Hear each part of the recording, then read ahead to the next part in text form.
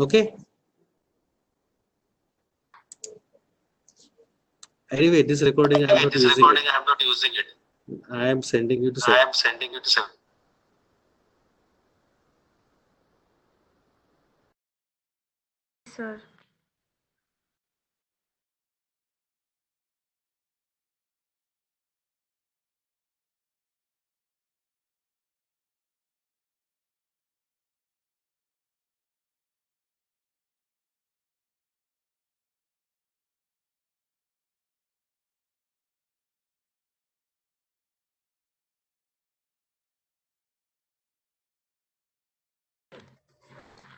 Sir, you are not audible.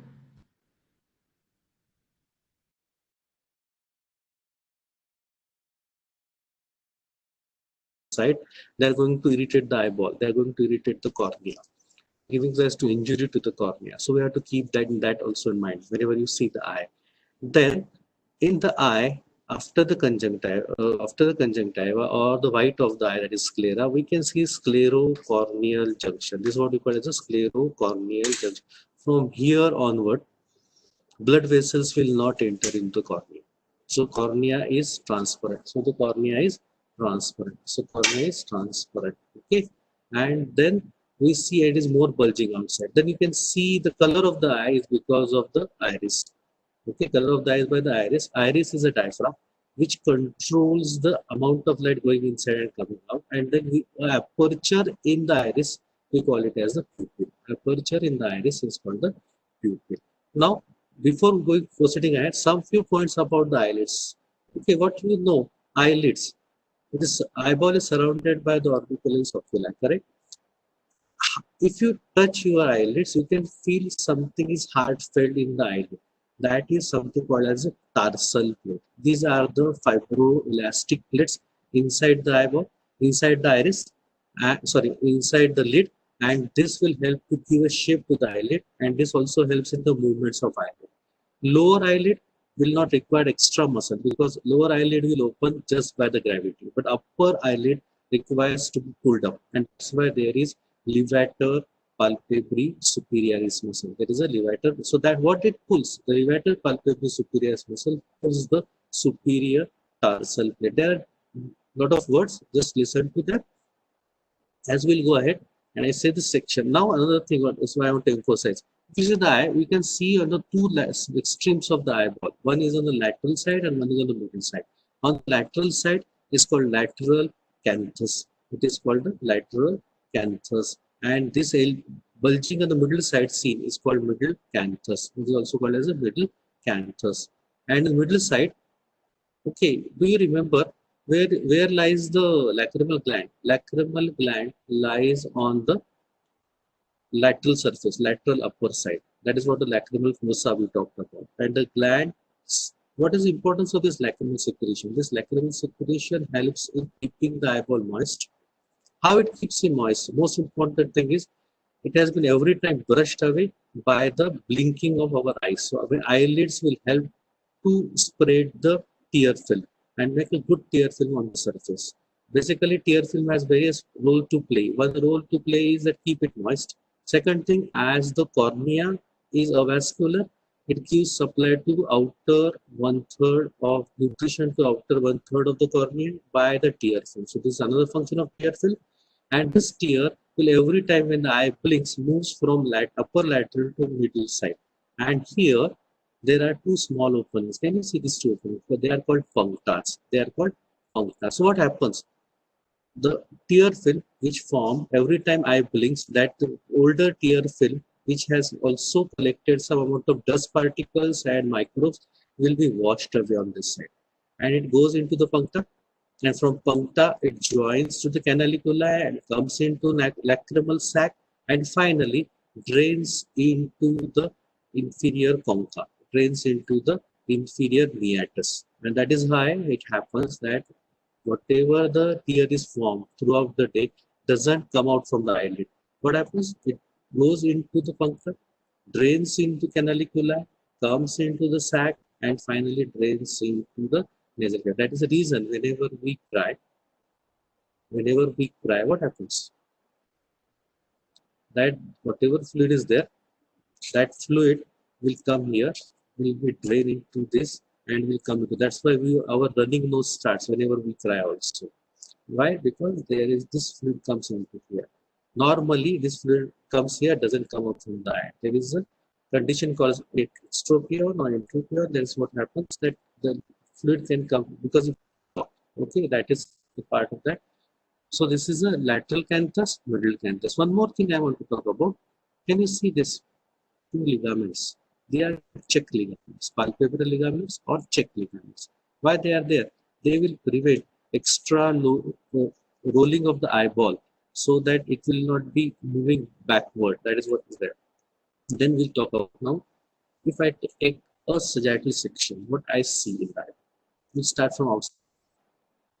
Outside, we see the eyelid.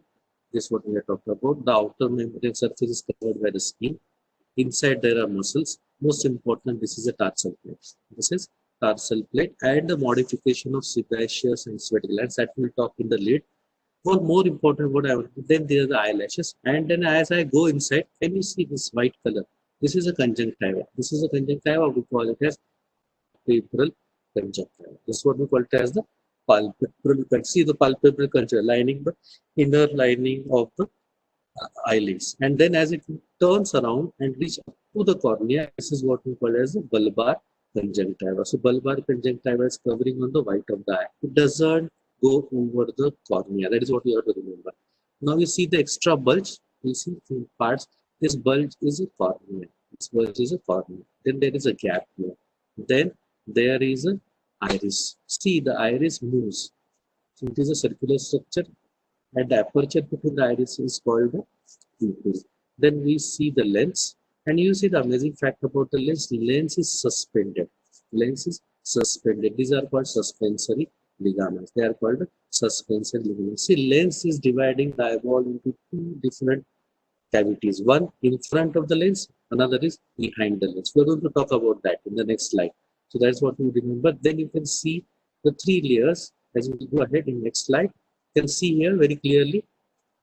We are remove the eyelids. Now we can see the bulging of the cornea. Why there is a bulging of cornea? This bulging of cornea is uniform.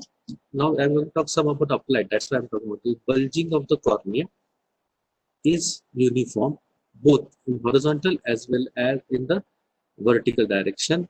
So cornea acts as a larger lens. Remember, cornea acts like a larger lens. Whenever the light falls on it, it gets converged.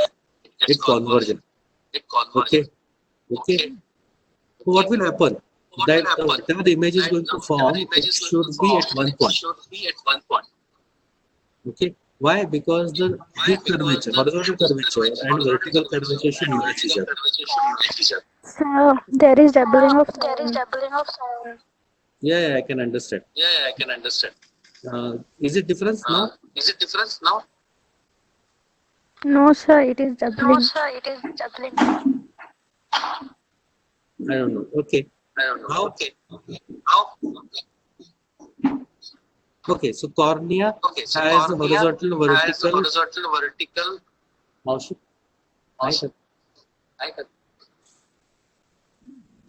has a vertical and horizontal diameter. This should match. Oh, everybody is getting double sound. Yes, sir. Helpless. Sir, somebody is not mute. That's why there is echo. If anybody is unmute, please mute it. That is what I can request. No, otherwise, just I will leave the lecture. That's it.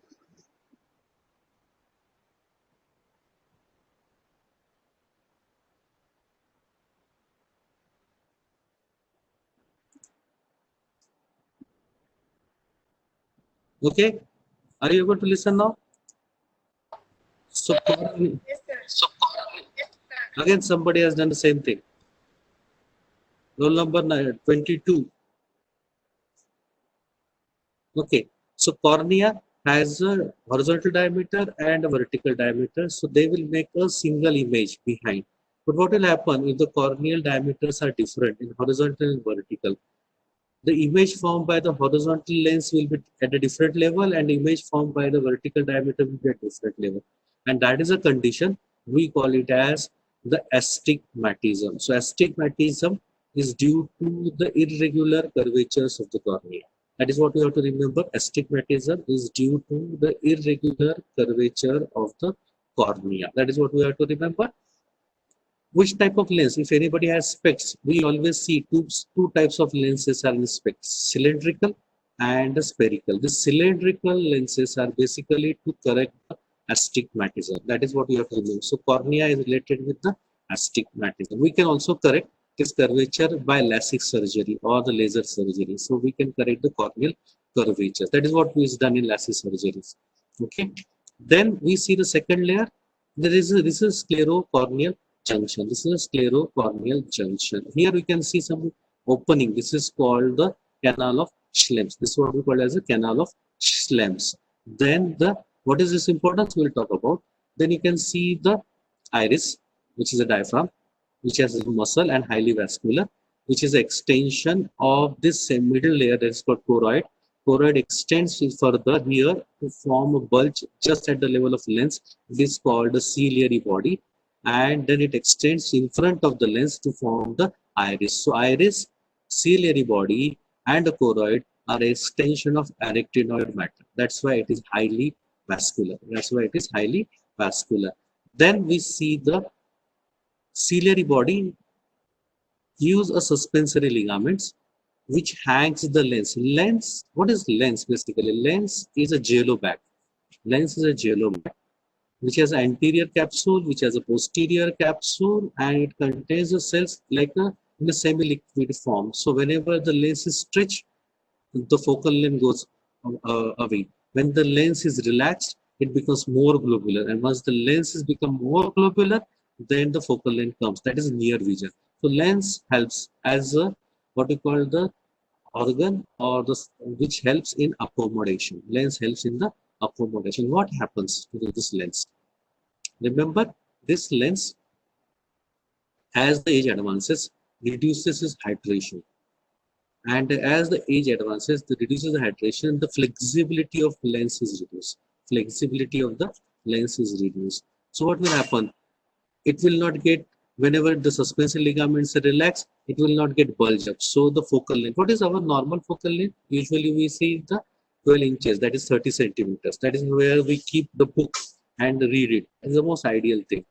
Okay, but as the age advances, person starts putting the reading material away from his eyes. Why? Because his lens is unable to get bulged up because loss of its hydration, elasticity. So what will happen? The focal length will go apart, away, and that is what we call it as presbyopia. That is what we call it as the presbyopia as it age advances. So remember, astigmatism reduced to cornea.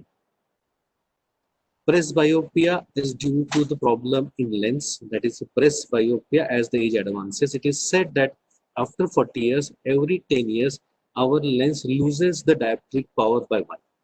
And that is how we start putting the near vision lenses. Okay, this is the most commonest thing. That is what happens with the, that is called presbyopia. And hypermetropia myopia is basically because of the diameters in lens of the eyeball. So there's what? So the astigmatism, presbyopia. There is a word. Another thing, lens as the age advances starts getting too much dehydrated, starts getting opaque. Okay, so that one thing. So now this is what. Now behind the lens there is a fixed amount of jelly-like substance we call vitreous humor. That is what we call as a vitreous humor. And now you can see this yellow color. This is a retina. This is a retina. Well, first thing we'll start, the retina abruptly ends here. Abruptly ends here. And where the retina ends, it is called ora serrata. It is called ora serrata. That is the word which is used. And as I go behind, retina is having all the nerves. So retinal nerve fibers, which forms ultimately the optic nerve. See, remember, these nerve fibers are converging at one place and going outside. So this is a place where there is no sensory receptors. And that is what we call as a blind spot. So from where the optic nerve comes out, that is a blind spot. This is called macula also. And another thing, through the optic nerve, a artery goes that is called central retinal artery. See, this central retinal artery is there, and then it is supplying the inner one third of the retina. It is supplying the inner one third of the retina. So from where it is going inside, this is one of the weakest part of the eye. We are going to talk what is its importance, but just remember here. So this is called the macula, and there is another cone here. Can you see this? This cone contains maximum amounts of rods and cones. Sorry, cones. Maximum amount of cones. So here there will be acuity of vision or maximum sharpness of vision is there. That is what we call it as a fovea. So remember these two terms. Macula is different. Fovea is different. Macula is the place where the nerve fibers of optic nerve exits out. So there are no sensory cones or rods. So that's why it is also called as a blind spot. It is also called as the blind spot. And at the blind spot, we also see the blood vessel. That is what we see from the eye. Whenever we want to check this, we put a fundoscope here and we see inside the eye. And we can see this macula because whenever the pressure increases, increase in ocular pressure, we call it as glaucoma. This is the weakest part, so this gets compressed. And because it gets compressed, it causes more of a cupping.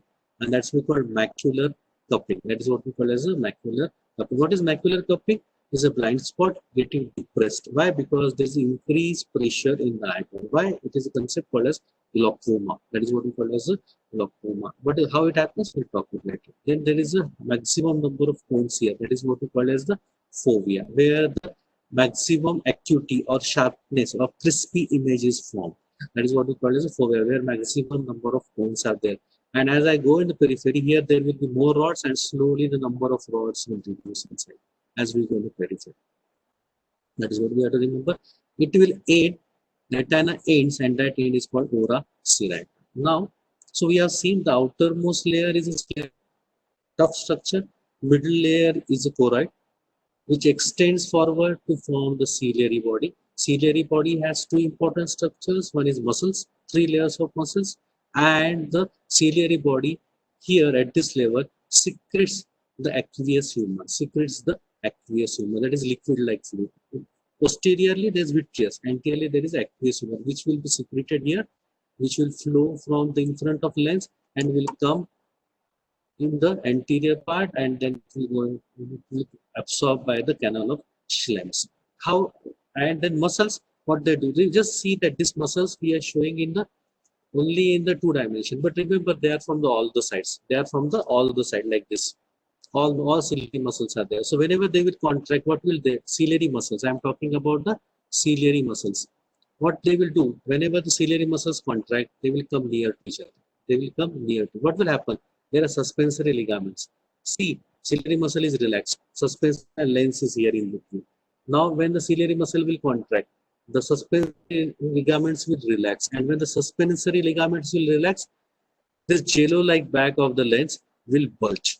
And when the jello-like bag of this lens bulges, it reduces the focal length. It reduces the focal length. That is what we call nearsightedness. That is what we see the object while reading. Okay, and reverse occurs when I see in the infinity. What will happen? The ciliary muscles relaxes. Ciliary muscles relaxes. When the ciliary muscle will relax, suspensory ligament pull. Suspensory ligaments are pulled, the lens become more flattened. When the lens becomes more flattened, the focal length goes away. That is what we see that at a distance. This is what we call the process of accommodation. That is what we call as a process of accommodation. You have to listen this point once, twice, thrice when I will set the recording, and you will get idea. What you have to remember, ciliary muscles, when they contract, they relaxes the suspensory ligament. They relaxes the suspensory ligament of the lens. The lens becomes more bulge, more globular, biconvex lens. The focal length comes near.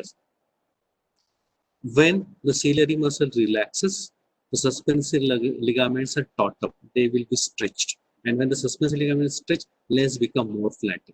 And once the lens become more flatter, that makes the focal length to go away.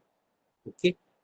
And what I said, that as the age advances, the elasticity of lens has reduced. It becomes more rigid. So it is unable to get more globular. And that is the reason the focal length maximum nearest is 30 centimeters goes away. And that is why the older person read the thing by keeping the object away from it. That is what we call it as the presbyopia. That is what we call it as the presbyopia. Now, few concepts I want to just put it up. Now, this lens. Anytime you have gone to ophthalmologist and you may have read on this one his degree MS ophthalmology, and then sometimes it is written he is a posterior segment specialist. He is a posterior segment specialist, or some people will write he is anterior segment specialist. Even going further, he may write anterior chamber. So what does this word means? So I will just explain now. Once we know all these layers, all these parts of this one. So lens keeping in the center, from the posterior surface of lens till the retina, from the posterior surface of lens till the retina, we call it as posterior segment. We call it as, remember this term, posterior segment. Now,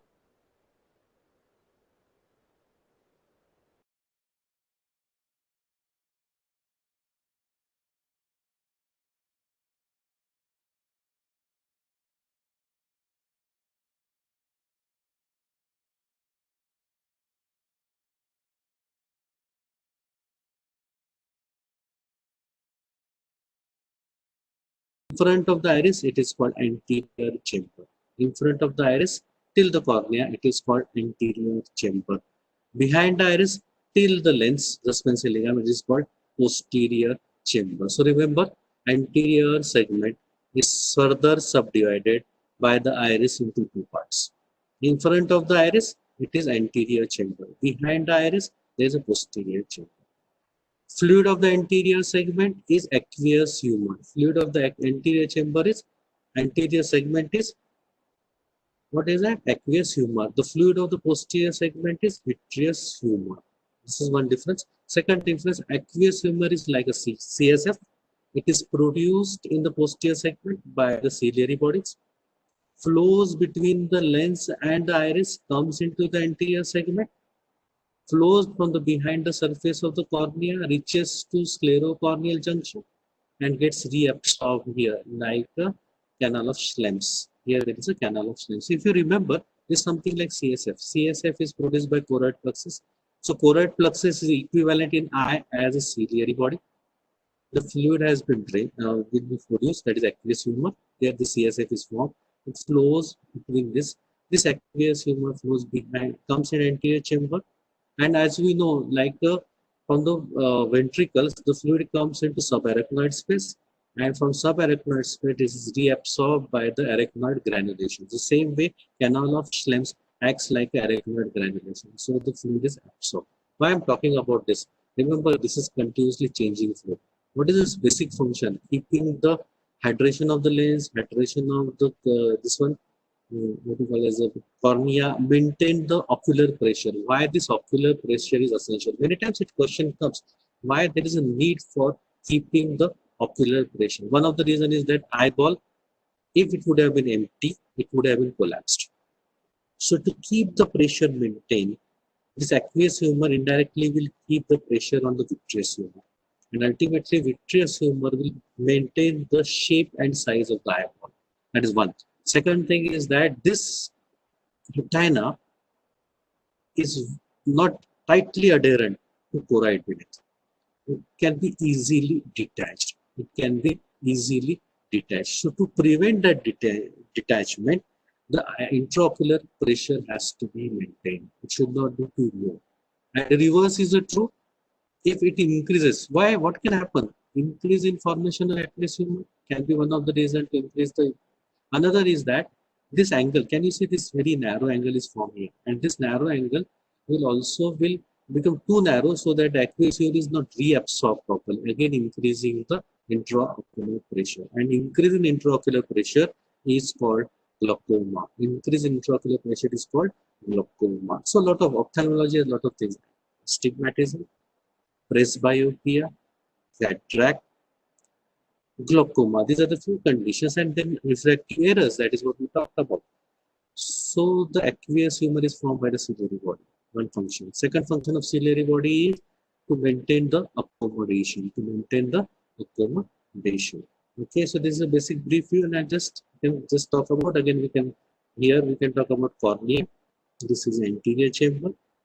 This is the posterior chamber. You can see the suspensory ligament. These are the ciliary bodies.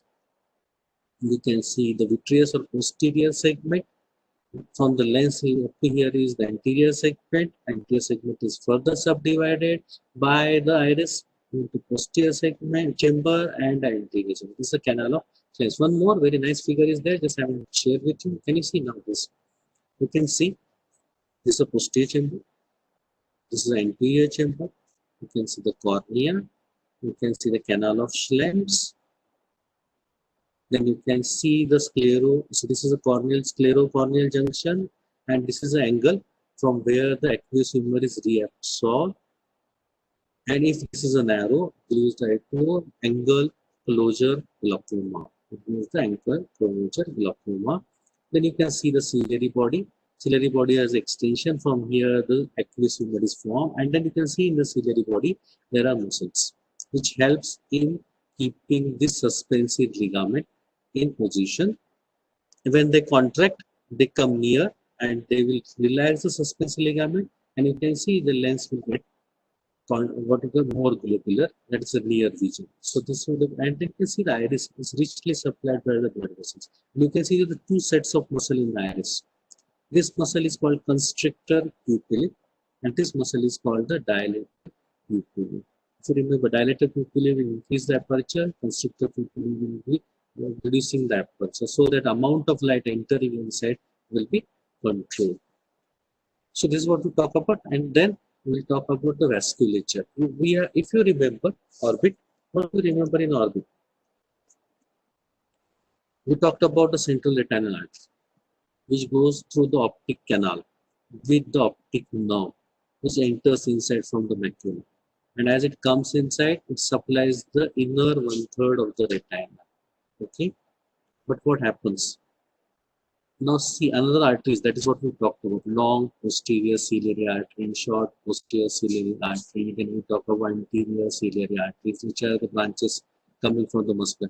They all will not go inside the retina. They will go into choroid, and they will form the choroid plexus. They will form the choroid plexus, and this choroid plexus is a rich vascular plexus, which will going in front, will be forming the ciliary body, helping in the formation of aqueous humor, and the same vessels will go into the iris. And will be, so iris is also highly vascular. That indicates this three vascular code: choroid body, ciliary body, and choroid, ciliary body, and iris are the extension of mesodermal origin, or that is what we call as the middle layer of the brain. That is this is sclera is the dura, and this is the arachnoid matter, and the cornea is set on this. Here there is a thin layer, that is what we call as pigmented cell layer. So retina gets a blood supply, dual blood supply, but major blood supply is coming from the central retina. Central retinal artery, if you see, it doesn't form any anastomosis. And that is the reason if the central retinal artery is compressed or closed, it causes loss of vision. It causes the loss of vision. Okay, that is what I just want to emphasize. So if you start to see here, this is a retina which can easily get detached. That is what we have to remember. Blood supply of the eyeball, central retinal artery, and then there will be short and long posterior ciliary and anterior ciliary. Venous drainage is by the ophthalmic veins, which drains into, where it drains, so remember, they drain into cavernous sinus. They drain into the cavernous sinus, and that is the reason whenever the cavernous sinus block is there, there will be back pressure, giving rise to reduction in the vision. That is what we talk about. So this is how I just want to emphasize how the eyeball is richly vascular, but disadvantage is that central retinal artery is not having any anastomosis. So we have to always take care of this central retinal artery. Diseases of eyeball: astigmatism related with the cornea, presbyopia related with the lens, cataract means the lens gets opaque. Now just I want to add a few points about the cataract. If the cataract opacity develops at the periphery, or the cataract opacity develops in the center, So that is called central cataract or peripheral cataract. How we can differentiate between this? In the daylight, if person says, because in the daylight the pupil constricts and the person says, I have reduced vision, usually it is related with the nuclear cataract. It is related with the nuclear or central cataract. If person says, in the day I am okay, but in the evening hours when my, or in the darker region, my vision suddenly drops down, indicating that because the pupil dilates, light is also coming going from the periphery, and if it is obliterated, that is called peripheral cataract. So this is what we have to remember. Cataract can be subdivided nuclear or the peripheral. Peripheral, person will say reduction in vision during dim lights or the evenings. And central cataract, there will be a loss in the daytime because there is a central cataract, central opacity. Even in congenital cataract, usually it is nuclear because of rubella. So then we talk about the glaucoma.